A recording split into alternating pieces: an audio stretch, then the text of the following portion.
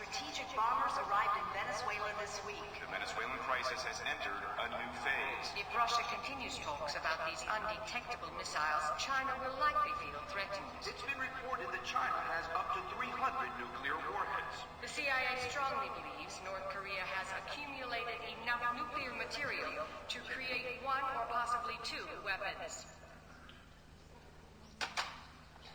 So, the question will always be, with what lens are you watching the news? Let's say you just got home from work, you get through the door, you turn on the TV, and that's what you see.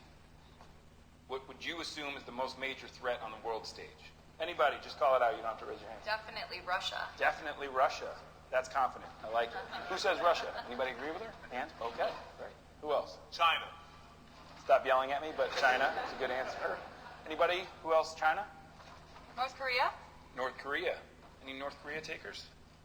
And Venezuela? Anybody? Nope. Oh, yeah. One guy in the back. A little worried about Venezuela. Everybody's cool with Venezuela? No threat? Okay. Let me ask you this.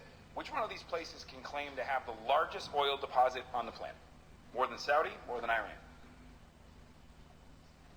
Wow. Okay. What about things like gold? More than all the mines in Africa combined?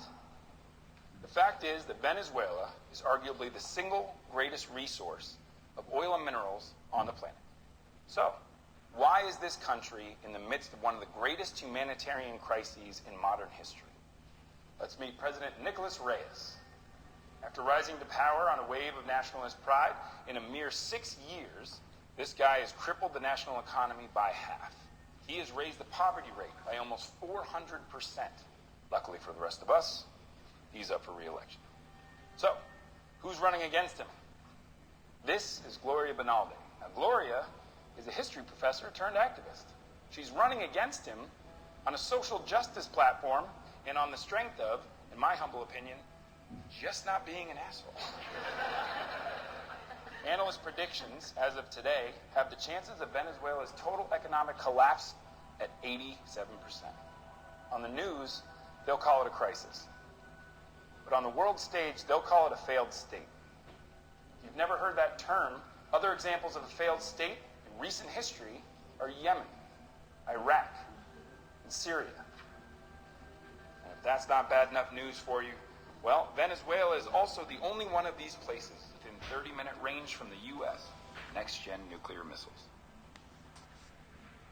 You will not hear about any of this on the news because the biggest players on the world stage do not want you to. To them, unstable governments are nothing more than the greatest of opportunities. So, Russia, China, can never be the most major threat until countries like Venezuela leave the door open to our very own backyard.